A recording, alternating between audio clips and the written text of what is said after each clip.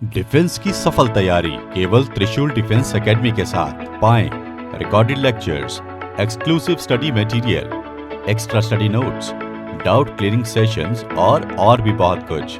Defence की तैयारी होगी पूरी क्योंकि टीडीए है ना।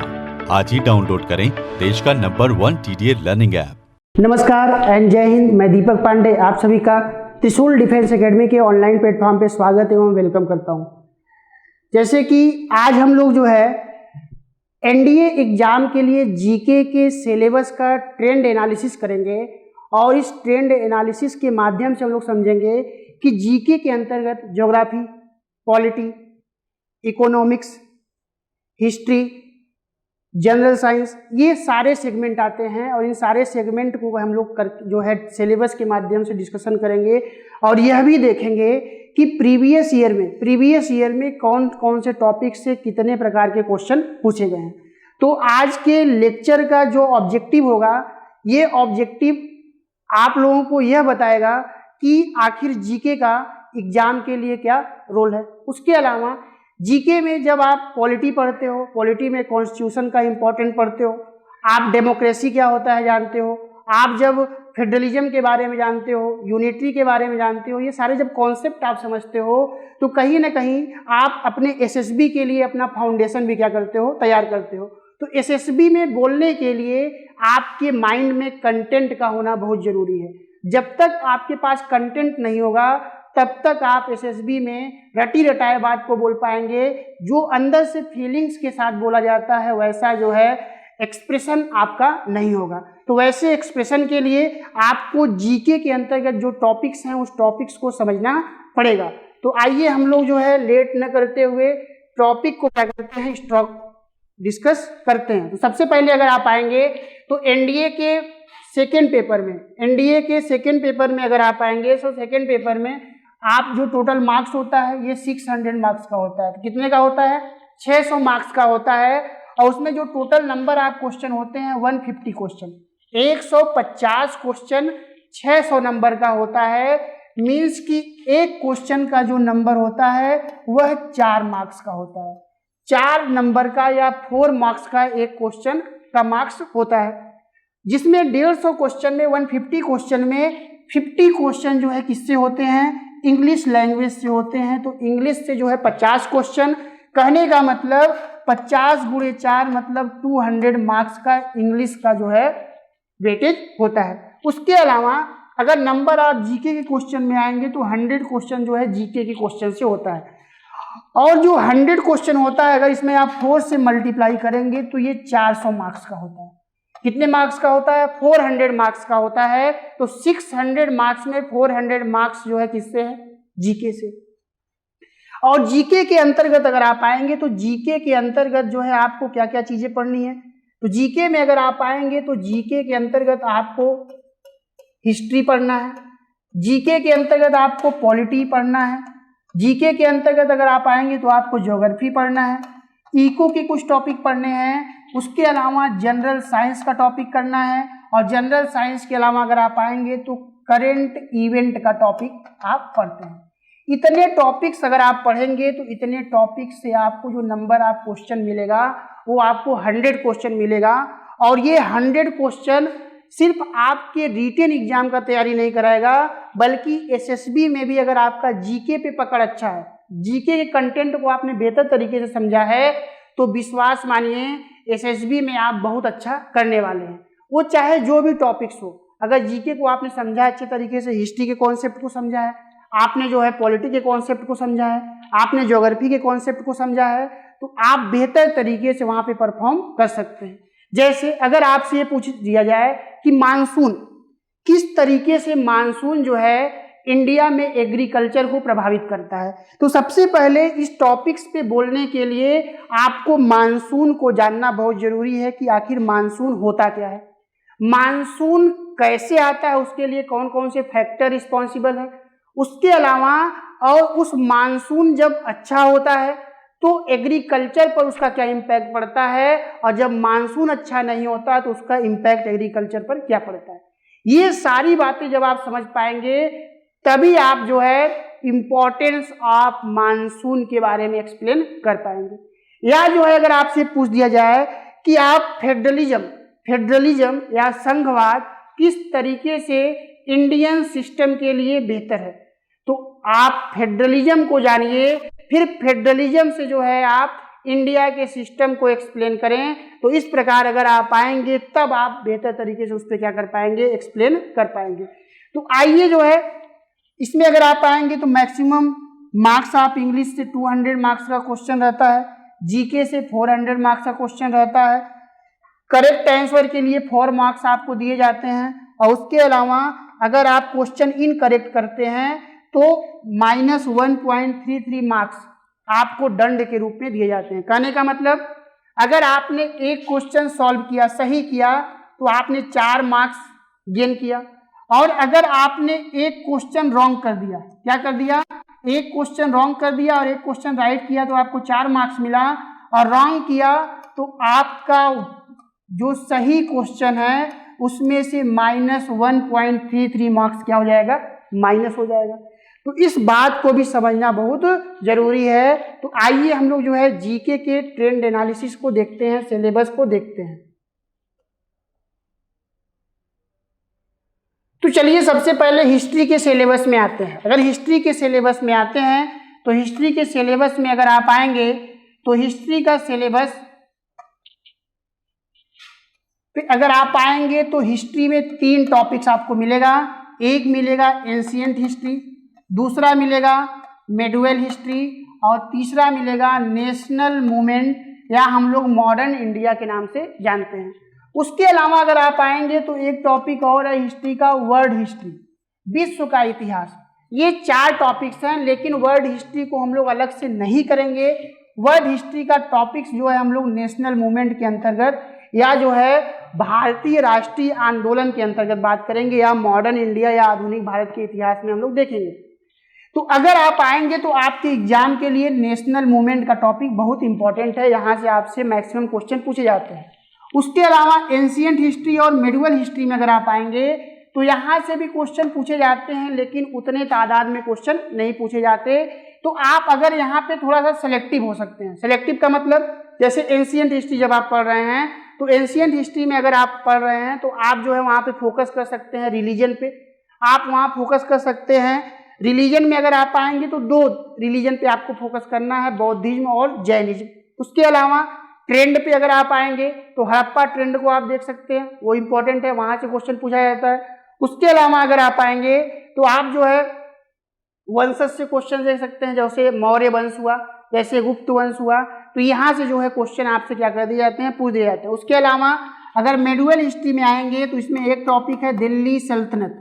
दिल्ली सल्तनत पे अगर आप आएंगे तो दिल्ली सल्तनत जो है इंपॉर्टेंट टॉपिक है, यहाँ से क्वेश्चन बेसिकली पूछा जाता है, और वह जो क्वेश्चन होता है वह आर्ट एंड कल्चर से संबंधित होता है। किससे होता है, आर्ट एंड कल्चर।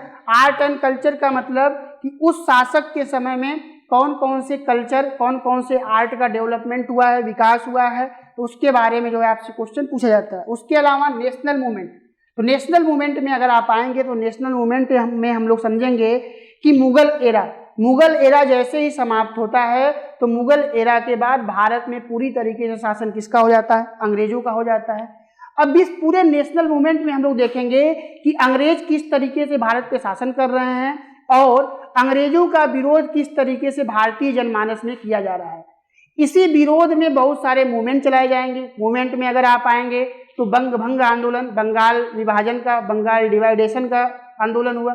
उसके बाद अगर आप आएंगे तो आप जो है 1915 में महात्मा गांधी जो है भारत आते हैं, और महात्मा गांधी जब भारत आते हैं तो लोगों का उनसे एक्सपेक्टेशन बहुत अधिक था, क्योंकि लोगों ने सुना था कि महात्मा गांधी ने साउथ अफ्रीका में अंग्रेजों के खिलाफ जो है बढ़ चढ़ कर हिस्सा लिया, और वहाँ पे लोगों के राइट को उन्होंने क्या किया, उनसे दिलाया।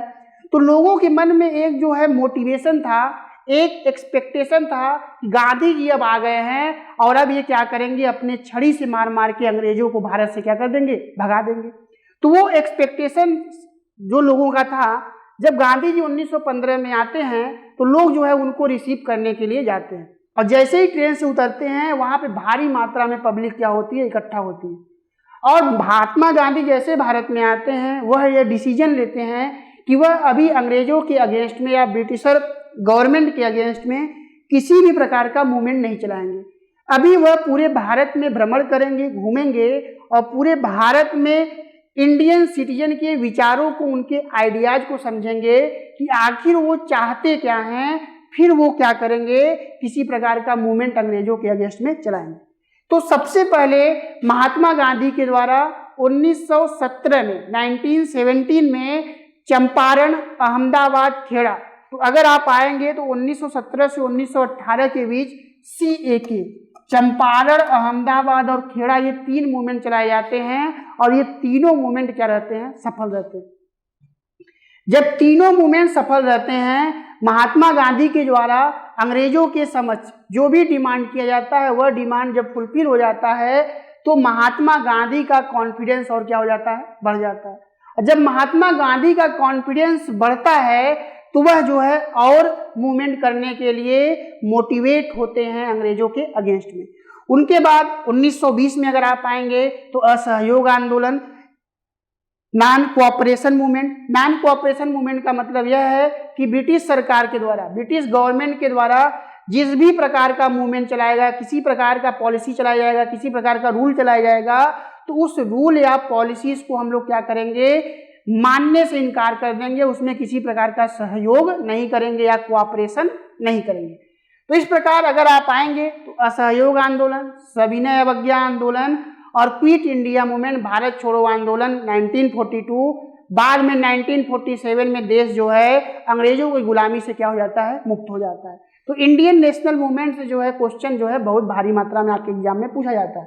उसके अलावा वर्ल्ड हिस्ट्री से 2-3 टॉपिक हैं जो आपके एग्जाम में पूछे जाते हैं, क्वेश्चन पूछा जाता है हर एग्जामों में। इसमें अगर आप आएंगे तो फर्स्ट वर्ल्ड वार, प्रथम विश्व युद्ध, हम लोग जो है 1914 से 1918, 1914 से 1918 का जब एरा करेंगे नेशनल मूवमेंट में तो वहीं पे हम लोग फर्स्ट वर्ल्ड वार देख लेंगे। सेकेंड वर्ल्ड वार जब हम लोग जो है 1939 से 1945 का एरा करेंगे तो वहाँ पे हम लोग सेकेंड वर्ल्ड वार देखेंगे। इसी में हम लोग फ्रेंच रिवॉल्यूशन, इसी में कोल्ड वार, इसी में जो भी जर्मन रिवॉल्यूशन, जो भी रिवॉल्यूशन हुए वो सभी रिवॉल्यूशन को हम लोग क्या करेंगे, देखेंगे। तो आइए देखते हैं। पहला ऑप्शन दिया है सिलेबस में, forces shaping the modern world. तो मॉडर्न वर्ल्ड के बारे में, आधुनिक भारत के बारे में, आधुनिक विश्व के बारे में हम लोग देखेंगे कि जब खोज, रिसर्च एंड डेवलपमेंट का समय चला या रेनेसां का युग आया तो उस समय जो है सबसे ज़्यादा रिसर्च एंड डेवलपमेंट या खोजों और प्रयोग करो का दौर चल रहा था। तो इसके अंतर्गत हम लोग जो है रेनेसां का टॉपिक करेंगे। एक्सप्लोरेशन एंड डिस्कवरी, तो एक्सप्लोरेशन एंड डिस्कवरी में खोज और प्रयोग करो का टॉपिक करेंगे। उसके अलावा a broad survey of Indian history with emphasis on culture and civilisation. तो कल्चर एंड सिविलाइजेशन का टॉपिक बहुत इंपॉर्टेंट है जो आपके SSB के लिए भी इंपॉर्टेंट है और उसके अलावा यह आपके मल्टीपल चॉइस क्वेश्चन के लिए भी इंपॉर्टेंट है। यहाँ से आपसे क्वेश्चन पूछा जाता है और आपसे क्वेश्चन पूछा जाता है कि किस तरीके का कल्चर एंड सिविलाइजेशन का विकास हुआ है अनेकों शासकों के विकास में या उनके समय में। उसके बाद आएंगे तो freedom of movement in India. तो freedom of movement in India यह टॉपिक इंपॉर्टेंट है। जैसे मैंने बोला कि 1885 में इंडियन नेशनल कांग्रेस क्या होता है, बनाया जाता है और पहली बार नेशनल लेवल पे कोई ऐसी पार्टी बनाई जाती है जो पूरे भारत को क्या कर रही थी, रिप्रेजेंट कर रही थी और पूरे भारत के नीड को अंग्रेजों के समझ क्या कर रहा था, रख रहा था। उसके अलावा अगर आप आएंगे तो धीरे धीरे महात्मा गांधी आते हैं, भगत सिंह आते हैं, पंडित जवाहरलाल नेहरू आते हैं, ये सभी मिलकर क्या करते हैं, देश को आज़ाद कराते हैं। तो ये सारे टॉपिक्स हम लोग क्या करेंगे, उसी के अंतर्गत बात करेंगे। उसके अलावा अगर आप आएंगे तो वार ऑफ अमेरिकन इंडिपेंडेंस बहुत ज़्यादा इंपॉर्टेंट नहीं है, बहुत ज़्यादा नहीं पूछा जाता है, लेकिन आपके SSB में थोड़ा सा काम का है। Impact of science and technology society, तो साइंस एंड टेक्नोलॉजी का सोसाइटी पर क्या इम्पैक्ट है। जैसे अगर ये फैन चल रहा है तो फैन टेक्नोलॉजी का एक पार्ट है या टेक्नोलॉजी का एक क्या है, प्रोडक्ट है।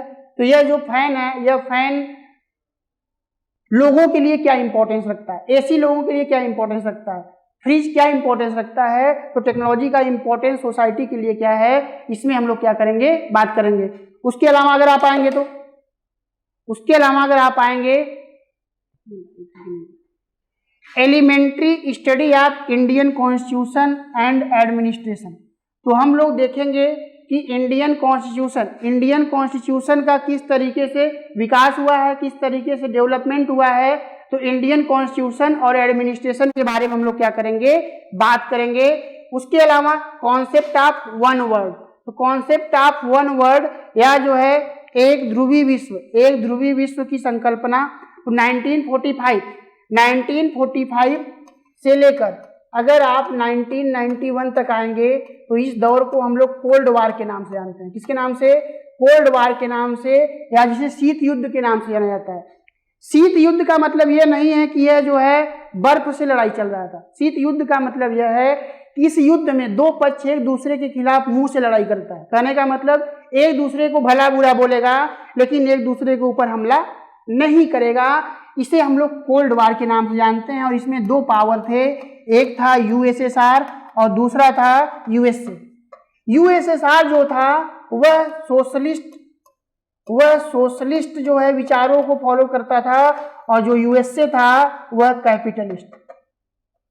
बेसिकली अगर आप आएंगे तो यह जो कोल्ड वार था यह विचारों की लड़ाई थी। विचारों की लड़ाई का मतलब कि ग्लोबल लेवल पे, विश्व स्तर पर कौन सा विचार बेहतर है, कौन सा विश्व जो है, जो रेस्ट ऑफ वर्ल्ड है, वह कौन से विचारों को अपनाएगा, सोशलिस्ट विचारों को अपनाएगा या कैपिटलिस्ट विचारों को अपनाएगा।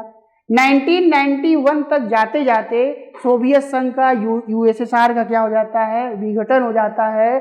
अब पूरे वैश्विक स्तर पर एक ही विचार या एक ही जो है पावर बचता है जिसे हम लोग यूनाइटेड स्टेट ऑफ अमेरिका के नाम से जानते हैं। तो इस प्रकार one world, concept of one world हम लोग टॉपिक क्या करेंगे। उसके अलावा अगर आप आएंगे तो elementary knowledge of 5 year plans. तो 5 ईयर प्लान्स ऑफ इंडिया पे अगर आप आएंगे तो हम लोग देखेंगे कि 1950 के बाद से किस तरीके से 5 ईयर प्लान या पंचवर्षीय योजना भारत में स्टार्ट किया गया, जिसमें अब तक भारत में 12 पंचवर्षीय योजनाएं चलाया जा चुका है, जिसमें 2012 से 2017 तक लास्ट 12वीं पंचवर्षीय योजना थी। इस पंचवर्षीय योजना बनाने के लिए 1950 में प्लानिंग कमीशन बनाया गया था, योजना आयोग बनाया गया था। योजना आयोग का कार्य यही था कि वह प्लानिंग कमीशन वह जो है पंचवर्षीय योजनाओं का निर्माण करे या 5 वर्षों के लिए लक्ष्य तय करे और उस 5 वर्षों के अंतर्गत जो लक्ष्य तय किया गया है उस लक्ष्य को प्राप्त करने का प्रयास करे। तो इस 5 ईयर प्लान के अंतर्गत जो है आपसे क्वेश्चन बहुत सारे पूछे जाते हैं, बहुत इंपॉर्टेंट सेगमेंट है, स्टैटिक पोर्शन है। तो जो एक बार पहले घटना घट चुका है उसी से क्वेश्चन पूछेगा। तो प्लानिंग कमीशन 2015 में क्या कर दिया गया, उसको हटा दिया गया, पूरी तरीके से समाप्त कर दिया गया और उसी को रिप्लेस करके एक नया संस्थान आया, एक नया आयोग आया जिसे हम लोग नीति आयोग के नाम से जानते हैं या जिसे बोलते हैं national institute for transforming India.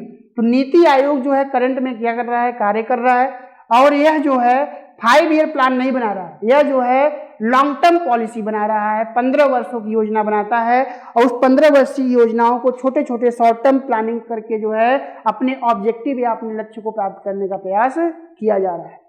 तो यह जो है टॉपिक क्या है, इंपॉर्टेंट है। उसके अलावा अगर आप आएंगे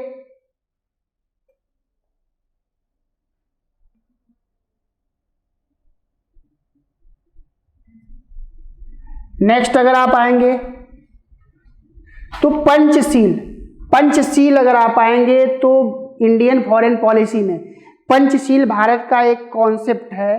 तो पंचशील में अगर आप आएंगे तो इसमें 5 प्रिंसिपल हैं, 5 प्रिंसिपल या 5 सिद्धांतों से मिलकर बना है।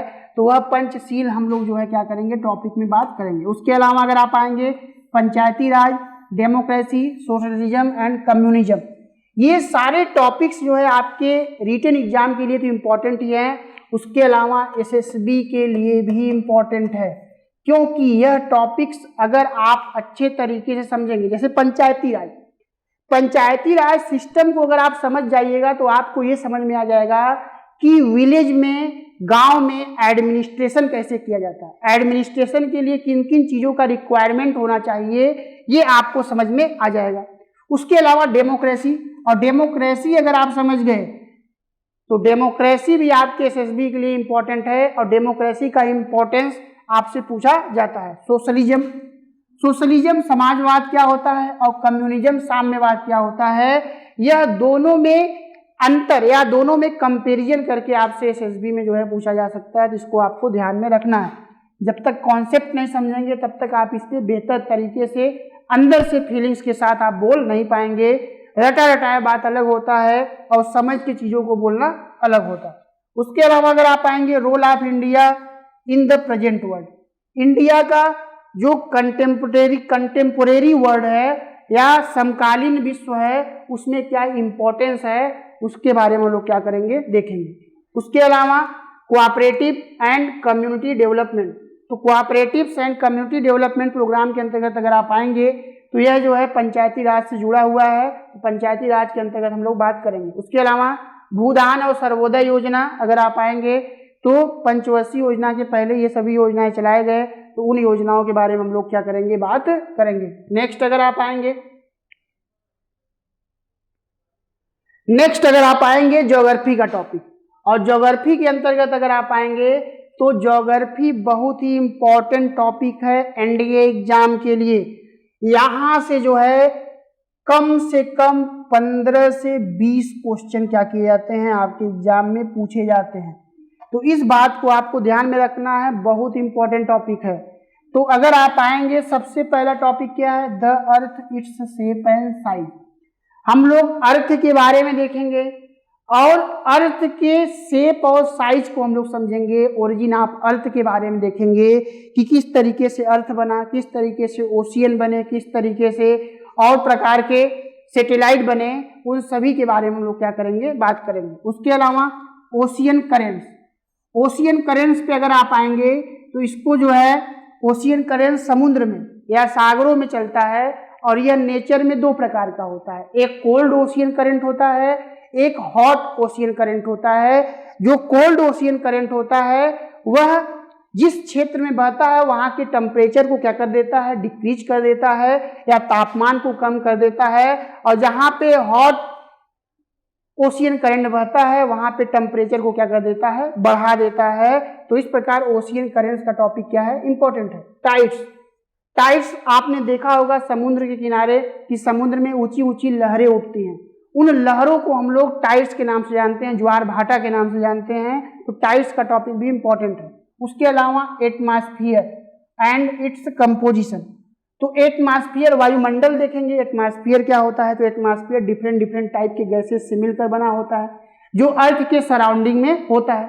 तो कंपोजिशन में हम लोग देखेंगे इसमें कौन कौन से गैसेज हैं, तो nitrogen, oxygen, argon, carbon dioxide, neon, xenon, krypton, ये सभी गैसेज आपको क्या होंगी दिखाई देंगे और इनके गैसेज के परसेंटेज से आपसे क्वेश्चन पूछ सकता है। Changeable, non changeable gas, inert gas, इससे क्वेश्चन पूछता है, और important of gas, in gases का क्या इंपॉर्टेंस है उसके बारे में हम लोग डिस्कस करेंगे। उसके अलावा एटमॉस्फेयर का स्ट्रक्चर, तो एटमॉस्फेयर का स्ट्रक्चर पे अगर आप आएंगे, संरचना पे आएंगे, तो स्ट्रक्चर या संरचना, तो स्ट्रक्चर या संरचना जैसे अगर आप जो है अर्थ के सरफेस से एटमॉस्फेयर की ओर बढ़ेंगे तो सबसे पहले आपको ट्रोपोस्फेयर मिलेगा, ट्रोपोस्फेयर के बाद स्ट्रेटोस्फेयर, स्ट्रेटोस्फेयर के बाद मेसोस्फेयर, मेसोस्फेयर के बाद थर्मोस्फेयर, और थर्मोस्फेयर में अगर आप आएंगे तो आयनोस्फेयर और उसके अलावा एक्सोस्फेयर। इस प्रकार से लेयर का क्या हुआ है, विकास हुआ है।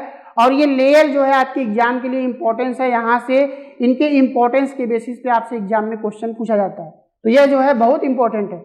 अगर आप स्ट्रक्चर को समझ गए और कंपोजिशन को समझ गए तो विश्वास मानिए आप जो है ग्लोबल वार्मिंग या ग्रीन हाउस इफेक्ट या ओजोन डिप्लेशन, ये सारे कॉन्सेप्ट को आप समझ जाएंगे। और करेंट ग्लोबल वर्ल्ड में इसका बहुत इंपॉर्टेंस है। पूरे विश्व स्तर पर हर व्यक्ति क्लाइमेट चेंज को लेकर क्या है, परेशान है। पूरा विश्व क्या कर रहा है, किस तरीके से इस क्लाइमेट चेंज को जो है रोका जाए, किस तरीके से जलवायु परिवर्तन को रोका जाए, किस तरीके से कार्बन के प्रोडक्शन को रोका जाए, जो ग्लोबल वार्मिंग को क्या कर रहा है, बढ़ा रहा है। या एवरेज टेम्परेचर ऑफ अर्थ, वह अर्थ के टेम्परेचर को क्या कर दे रहा है, बढ़ा दे रहा है, जिससे ग्लेशियर मेल्ट कर रहे हैं, बर्फ पिघल रहे हैं, और बर्फ पिघलेंगे तो सी लेवल बढ़ेगा, और सी लेवल अगर बढ़ेगा तो जो कोस्टल एरियाज में छोटे छोटे आइलैंड है वो क्या करेंगे, डूबना प्रारंभ करेंगे।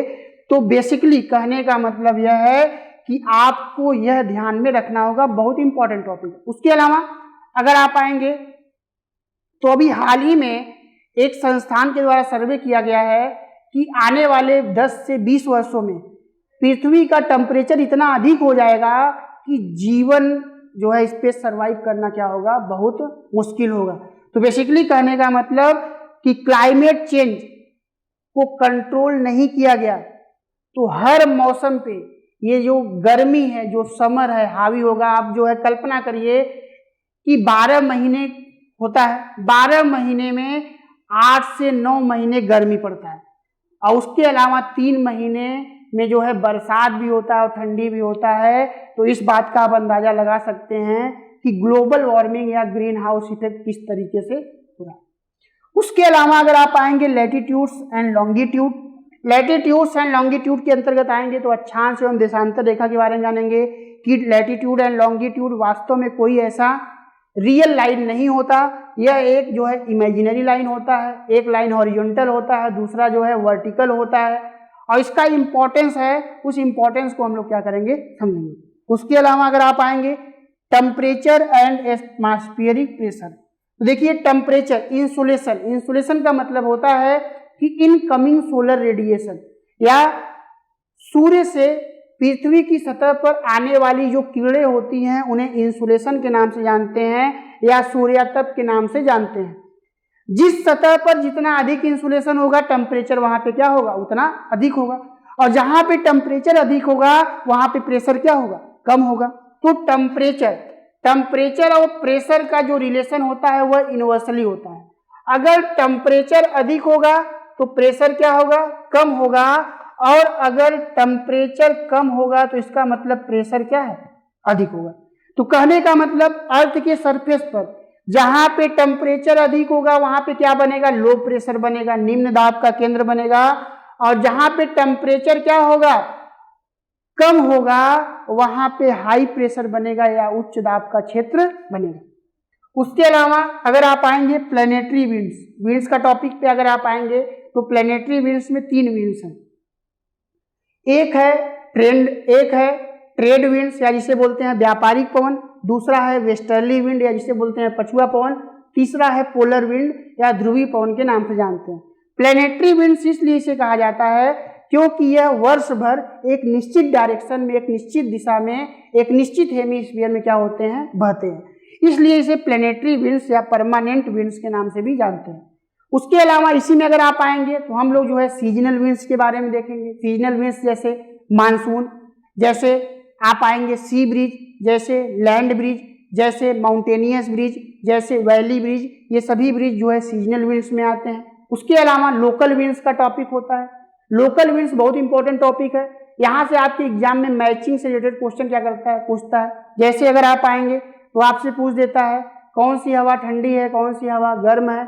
जैसे लू, गर्मी में जो है भारत, पाकिस्तान और बांग्लादेश के क्षेत्र में लू बहता है, तो लू एक प्रकार का लोकल विंड है जो नेचर में कैसा है, गर्म है और कैसा है, ड्राई है, सूखा होता है।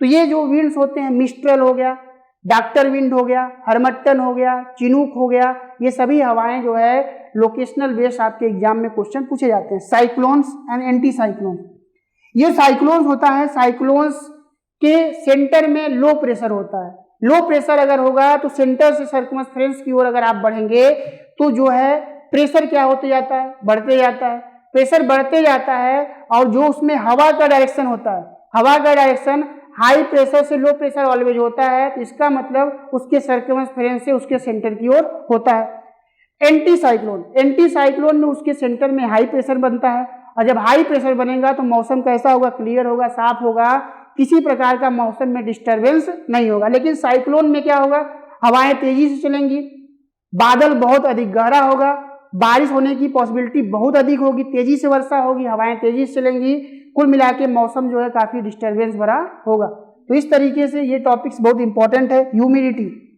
ह्यूमिडिटी अगर आप समझ जाएंगे तो कंडेंसेशन का प्रोसेस समझ जाएंगे और कंडेंसेशन और ह्यूमिडिटी समझ जाएंगे तो प्रेसिपिटेशन, वर्षा कैसे होता है, ये आपको समझ में आ जाएगा। तो humidity, condensation and precipitation topic भी बहुत इंपॉर्टेंट है, इसको आपको ध्यान में देना है। थोड़ा सा साइंटिफिक है लेकिन चीजें आपको आसानी से समझ में आएंगी। उसके अलावा नेक्स्ट टॉपिक पे अगर आप आएंगे टाइप्स ऑफ क्लाइमेट, तो क्लाइमेट के बारे में, टाइप्स ऑफ क्लाइमेट के बारे में हम लोग देखेंगे।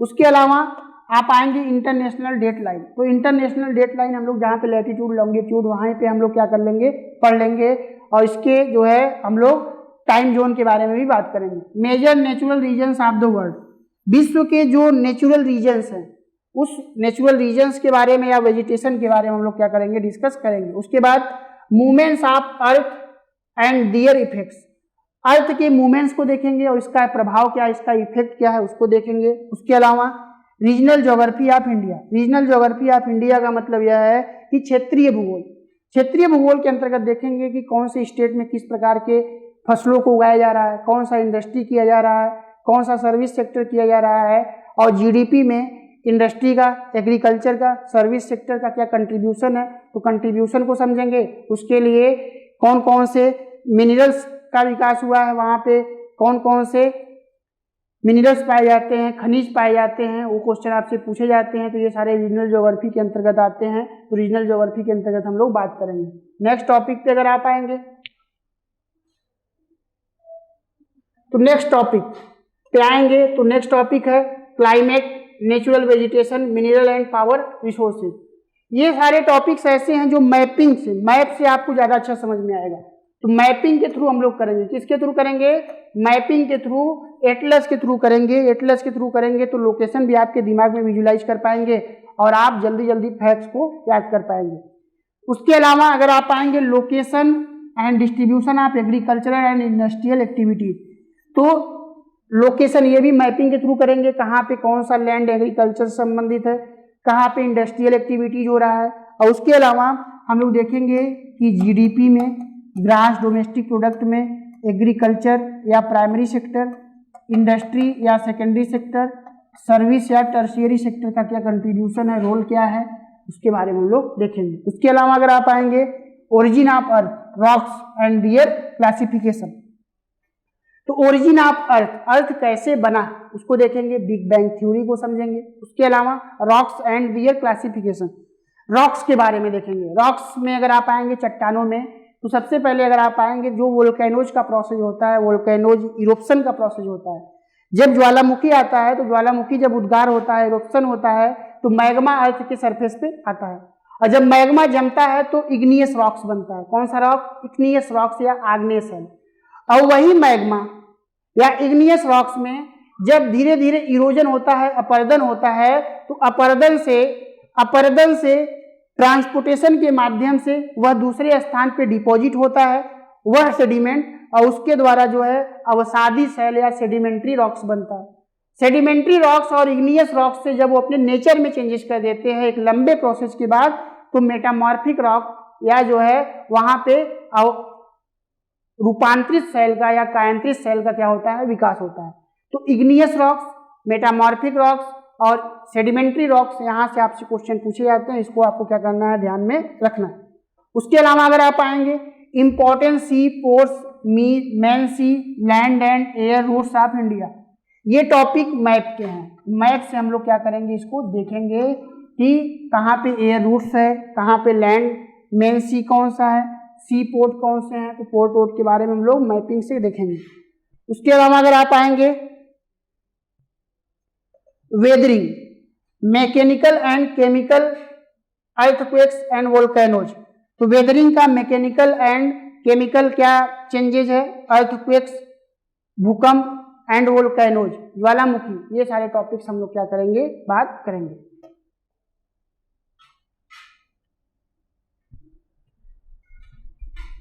नेक्स्ट टॉपिक आएंगे पॉलिटी, तो पॉलिटी के सिलेबस पे अगर आप आएंगे तो पॉलिटी का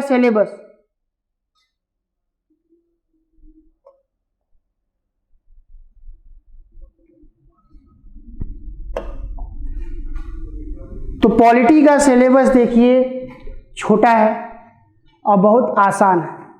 लोगों को लगता है कि बहुत टफ है, लेकिन है आसान। यहाँ से कम समय में आप जो है क्या कर सकते हैं, बेहतर परफॉर्मेंस कर सकते हैं। तो किस तरीके से, आइए देखते हैं। सीधे सीधे क्वेश्चन यहाँ से पूछे जाते हैं और सीधे जो है जो भी क्वेश्चन होते हैं वो क्वेश्चन आसान होते हैं, तो ज़्यादा मेहनत करने का ज़रूरत नहीं है, सिर्फ टू द पॉइंट आप पढ़ें, मल्टीपल चॉइस क्वेश्चन अधिक से अधिक सॉल्व करें, आपका जो है टॉपिक क्या हो जाएगा, यहीं से कंप्लीट हो जाएगा। सबसे पहले आएंगे प्रीएम्बल। प्रीएम्बल प्रस्तावना, schedules, constitution of India, citizenship, fundamental rights, fundamental duties, directive principle of state policy, union parliament, judiciary, state government, state legislature, administration of UT, administration of special areas, emergency provisions, Panchayati Raj and municipalities, central and inter state relations, constitutional bodies, non constitutional bodies and tribunal. ये सारे topics आपको polity के अंतर्गत क्या करने हैं, पढ़ने हैं। पॉलिटी में fundamental rights, fundamental duties, DPSP, ये बहुत इंपॉर्टेंट है। यहाँ से 3 टॉपिक से आपको 2 से 3 क्वेश्चन मिल जाएंगे। उसके अलावा अगर आप आएंगे तो सेंट्रल गवर्नमेंट में जाएंगे, जिसमें president, Lok Sabha, Rajya Sabha, attorney general of India, CAG, controller and auditor general, ये सारे टॉपिक्स हम लोग क्या करेंगे। और इसी में अगर आप आएंगे तो ये बहुत इंपॉर्टेंट टॉपिक है, मेकिंग ऑफ कॉन्स्टिट्यूशन। उसके अलावा शेड्यूल का टॉपिक, पार्ट का टॉपिक, जहाँ से आपसे प्रत्येक वर्ष क्वेश्चन पूछे जाते हैं।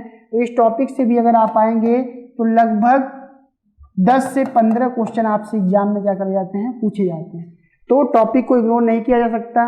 और यह टॉपिक, ये ऐसा टॉपिक है कि जो आपके एसएसबी के लिए बहुत इंपॉर्टेंट है, क्योंकि जब तक आप सिविक्स के कॉन्स्टिट्यूशन के कॉन्सेप्ट को नहीं समझेंगे, तब तक कॉन्स्टिट्यूशन के से संबंधित अगर किसी प्रकार का डिस्कशन, डिबेट होगा तो आप वहाँ बेहतर परफॉर्मेंस नहीं कर पाएंगे।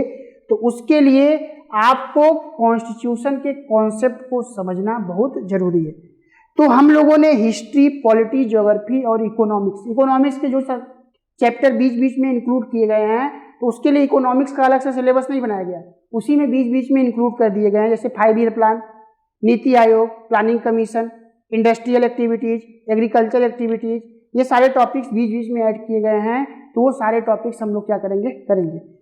तो ये 4 मेजर सेक्शन है। उसके अलावा जनरल साइंस में फिजिक्स, केमिस्ट्री, बायोलॉजी, और उसके अलावा अगर आप आएंगे साइंस एंड टेक्नोलॉजी से करंट इवेंट से संबंधित क्वेश्चन होता है। करंट में जो साइंस एंड टेक्नोलॉजी के सेक्टर में डेवलपमेंट हो रहे हैं, उससे क्वेश्चन आपके एग्जाम में क्या करता है, पूछता है। तो इसको आपको क्या करना है, ध्यान में रखना है। अब आइए देखते हैं कि प्रीवियस ईयर में किस तरीके से टॉपिक से क्वेश्चन पूछे गए हैं।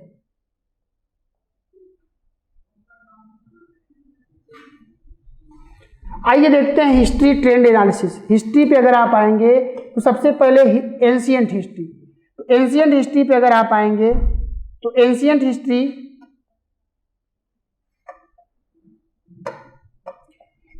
हिस्ट्री में pre historic period, Indus valley civilisation, Vedic period, second urbanisation of 6th general BC। तो अगर आप आएंगे, देखिए बहुत सारा क्वेश्चन नहीं दिखाई दे रहा है।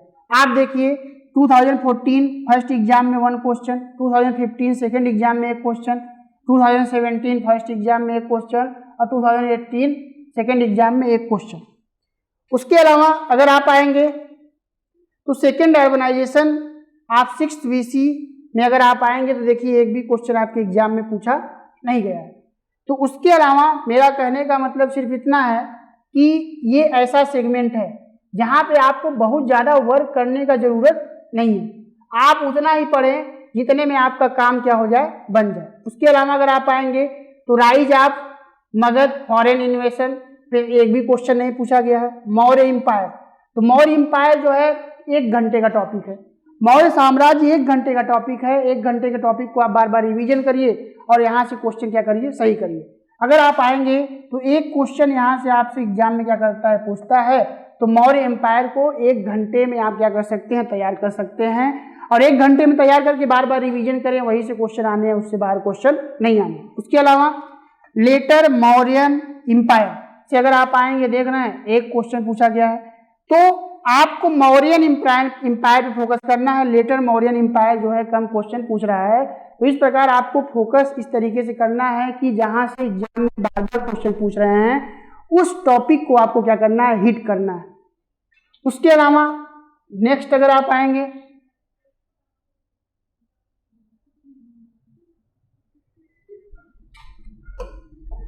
Gupta empire and later Gupta से देखिए कोई क्वेश्चन नहीं पूछा गया है। पोस्ट गुप्ता पीरियड से अगर आप आएंगे तो एक क्वेश्चन 2017 फर्स्ट और 2018 सेकेंड एग्जाम में जो है 2 क्वेश्चन पूछा गया है।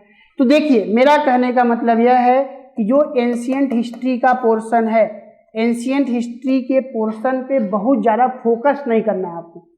आपको एक स्ट्रेटजी बनाना है कि हमको कौन सा टॉपिक करना है।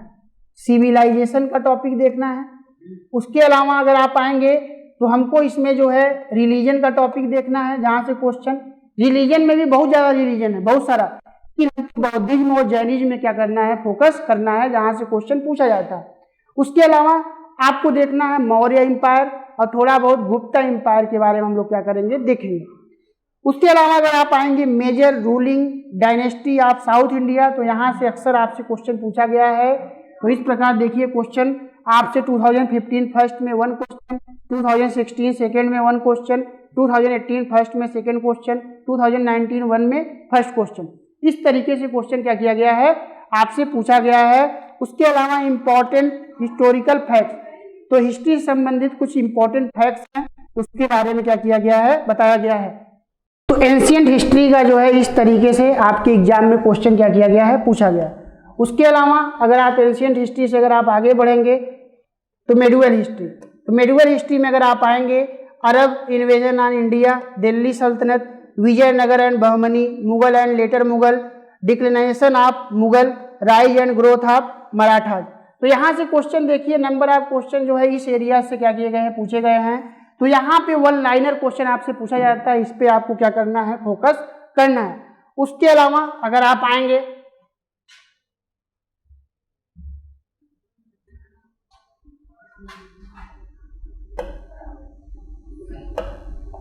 उसके अलावा अगर मॉडर्न इंडिया पे आएंगे तो मॉडर्न इंडिया से आपके एग्जाम में जो क्वेश्चन पूछा जाता है वह लगभग 12 से 15 क्वेश्चन के आसपास पूछा जाता है।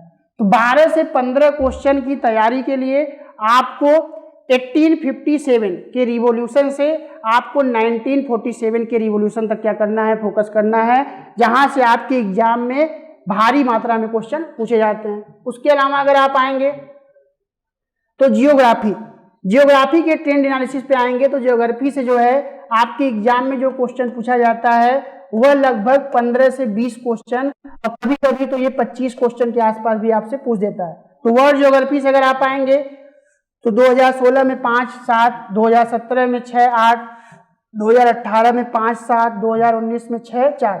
इस प्रकार अगर आप आएंगे तो वर्ल्ड ज्योग्राफी है, वर्ल्ड ज्योग्राफी से जो क्वेश्चन होता है वो मैपिंग रिलेटेड होता है। किससे होता है, मैपिंग से संबंधित होता है, और मैपिंग से क्वेश्चन इस तरीके से पूछा गया। उसके अलावा इंडियन ज्योग्राफी में आएंगे तो 13, 15, 14, 13, 12, 10, 11, 12 इस तरीके से क्वेश्चन पूछे गए हैं। और टोटल नंबर ऑफ क्वेश्चन पे अगर आप आएंगे तो 18, 22, 20, 21, 17, 16 ये तो कोर ज्योग्राफी है। लेकिन अगर इसमें करंट ज्योग्राफी भी अगर आप जोड़ देंगे तो वह क्वेश्चन जो है लगभग जो है 25 से 30 क्वेश्चन के आसपास ज्योग्राफी पहुंच जाता है।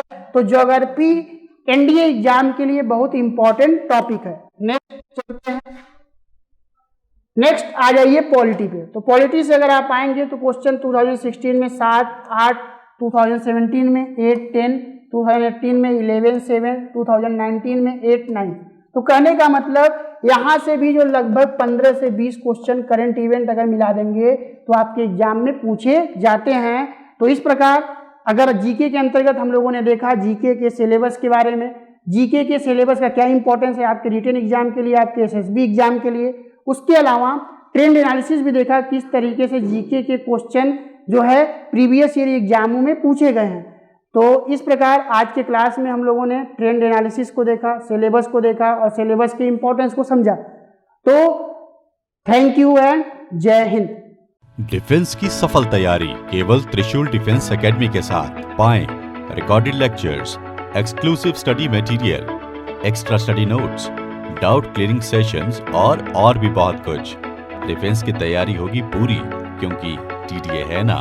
आज ही डाउनलोड करें देश का नंबर 1 टीडीए लर्निंग ऐप।